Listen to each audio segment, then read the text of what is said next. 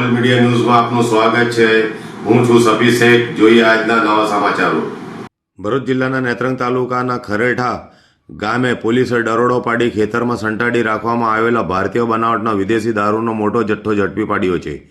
પોલીસે ₹3.84 લાખના મુદ્દામાલ સાથે એક આરોપીની ધરપકડ કરી છે।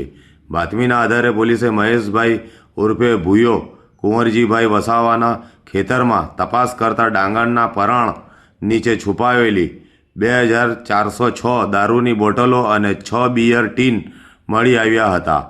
પોલીસે દારૂનો જથ્થો અને મોબાઈલ ફોન સહિત ₹3.84 લાખનો મુદ્દામાલ કબજે કર્યો હતો। પોલીસે મહેશભાઈ વસાવાની ધરપકડ કરી દારૂ સપ્લાયર કરનાર વધુ 2 શખ્સોને વોન્ટેડ જાહેર કરી તેમની શોધખોળ શરૂ કરી છે। સમગ્ર મામલે નેત્રંગ પોલીસે ગુનો નોંધી વધુ તપાસ હાથ ધરી છે।